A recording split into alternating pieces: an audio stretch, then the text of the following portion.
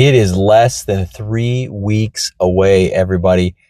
Thank you so much, Faithful. Thanks for joining in and hanging out for a few minutes and just talking 49ers football as we're approaching the draft, And for some of us, this is our favorite time of year. So I know for me, I've done so many of these drafts at this point that it's become somewhat of an exercise in, not in futility, but an exercise in just figuring out who's going to be where and basically which guys for you have to be on your board and which guys you're just happy letting other teams draft. So that's kind of where I'm at. I'm at the point where I'm like, I want these 3 guys as 49ers. I want these 4 guys. I would love to have 5 picks in the top 100.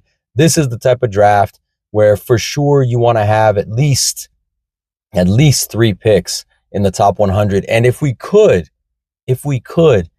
find a way to get an extra pick for the one that we lost in the Osa Digizua trade, so that we're not in this, as I posted online earlier today, a Grand Canyon sized gap between pick 58 and pick 127. That's huge. And in a draft where a lot of the best players that are going to fill out your roster and be longtime starters are in the 2nd, 3rd, 4th round, it may not seem like a lot to have to wait until the 127th pick in a general year where maybe you just care about the 1st and 2nd round pick.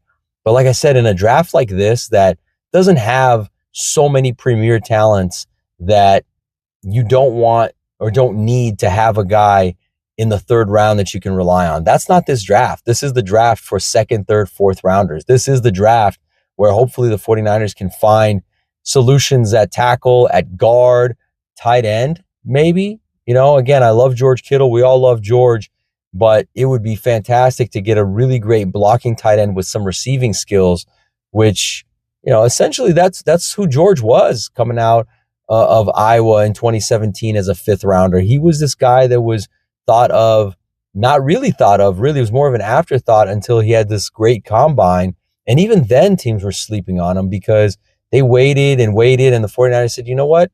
We like him plenty. Let's take him in the 5th. He's an excellent blocker. He's fast. He's got good hands. He can develop as a receiver. Well, he developed. He's the 3rd best receiver in the history of this franchise. And he's, I believe, already top 10. I saw something on Twitter today. I think it was Coach Yak. So shout out Coach Yak for posting about, is George Kittle a top 10 tight end of all time, or is he the 16th? Because I think that's where he was rated on that list. And I think in yards, he's already 10th.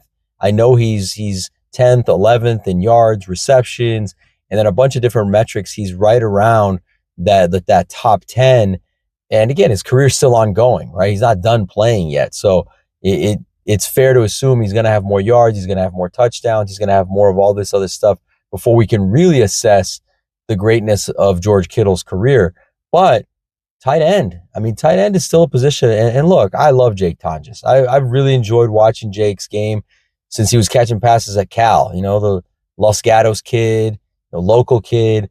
It's awesome. He did great last year. Was really happy for him. But you need multiple versions of Jake and then maybe a better blocking version of Jake and stuff like that. Because when George isn't on the field, you lose more than just a great receiving tight end, but you lose one of your blockers. He's almost an extension, like another arm of one of your tackles, whether it's your left tackle or your right tackle.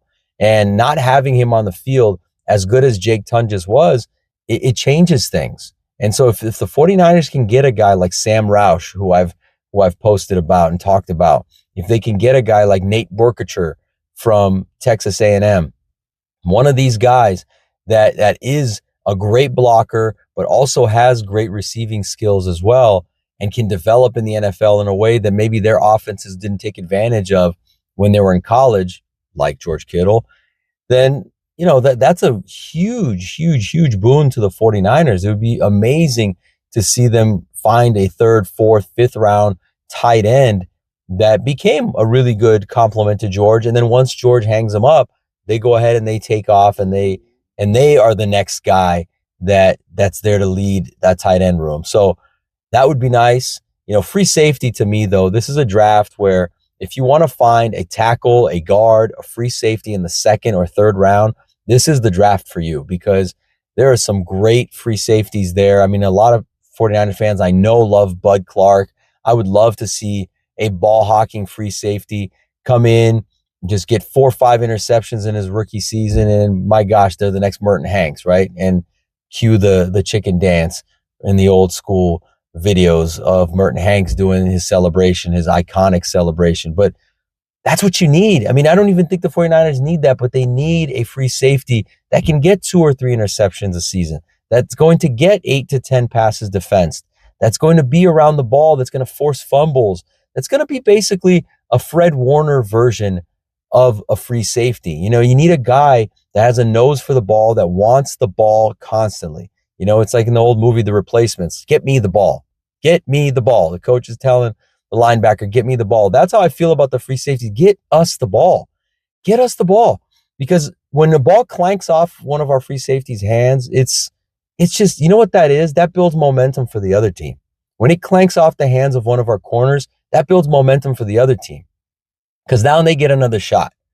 And I'm tired of giving guys 2nd, 3rd, 4th, 10th, 1,000th shots at our defense in the red zone, whatever it may be, because we can't pull in 2 or 3 interceptions a season at the free safety position, because we don't have corners that pull in 3 interceptions a season, 4 interceptions a season. We need to get back to that, guys. We got to get back to a time when that was the norm, and I get it. The rules changes, all that stuff. I understand, but there are guys in this draft that have those sticky hands that can get interceptions. Like, there are guys in this draft that can do that. There are guys in this draft that can read and react really well. There are guys in this draft that are not just out there to have a pass interference penalty because they don't turn their heads on time, right? There are guys in this draft that you can do that.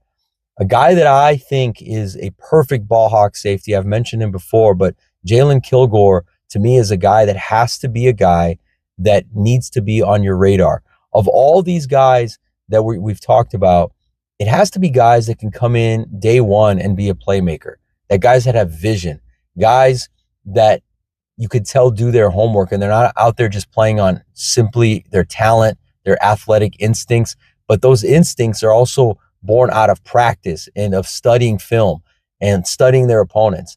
That's what I want to see. I want to see the 49ers drafting these guys that are elite athletes, but that are ready to play in the NFL right away. And that's one name that, for me, of all these names, guys that you have to have a guy like Jalen Kilgore on your team. You have to have a guy that can cause turnovers, that can cause havoc. You have to have a guy, the way that Talanoa Hufanga would come screaming around the corner on safety blitzes. We didn't have that last year. Since Hufanga was healthy, you haven't had that ability at the safety position. I know Upton Stout provided some of that coming out of the nickel. I get that, but that's not the only thing we need. We need a lot more. We need a lot more of that. And then, looking, like I said before, at tackle, whether it's to have a great swing tackle, because you still need more depth. I get it. We made some great signings for depth at the O-line, Robert Jones, Brennan Toth, all these different guys, Lowe, all these different guys that we have. Vidarian Lowe, sorry, I was blanking on his first name, but Vidarian Lowe.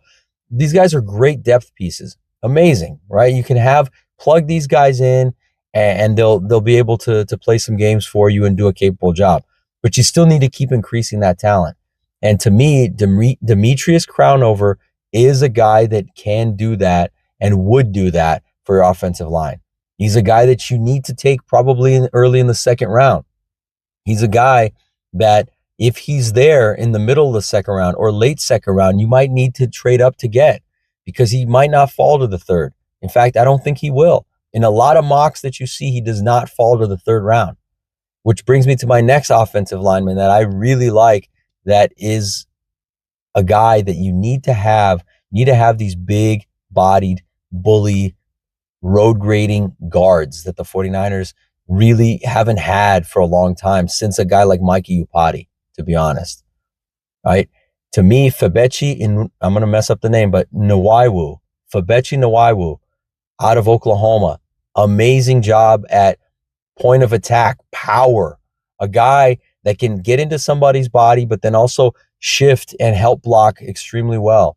Great feet, great power. A guy that I think can become not only a great run blocker, but a great pass blocker. A guy that you can plug in and he's already improving the talent in your guard room right away, in your offensive line room, but for the guard position, right? That depth, it's not just a depth anymore. It's also raising the ceiling of these guys, raising the talent level, raising the competition level at camp. So I just given you there 3 names of guys that I think really, really need to be guys that the 49ers target.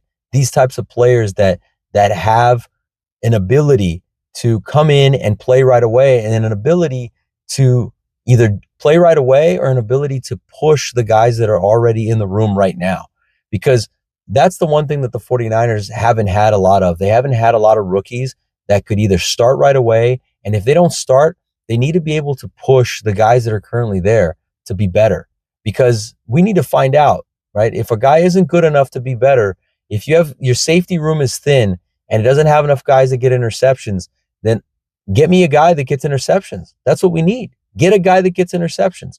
Get a guy that creates turnovers. Get a guy that will wreak havoc, right? And that's what you need. You need that at edge. You know, I've talked about edge so much that I don't want to get into edge as much now, because we talked so much about guys like Zion Young and being able to have guys that come around the corner and do that type of job for you. Malachi Lawrence is a guy that I really like. I don't know if he'll be there in the 3rd round.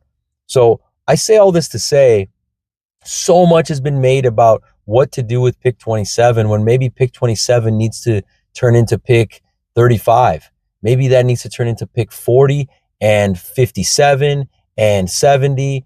You know, that one pick needs to yield a lot more. And you probably need to package other picks, obviously, to get multiple 2nd and 3rd rounders, no question.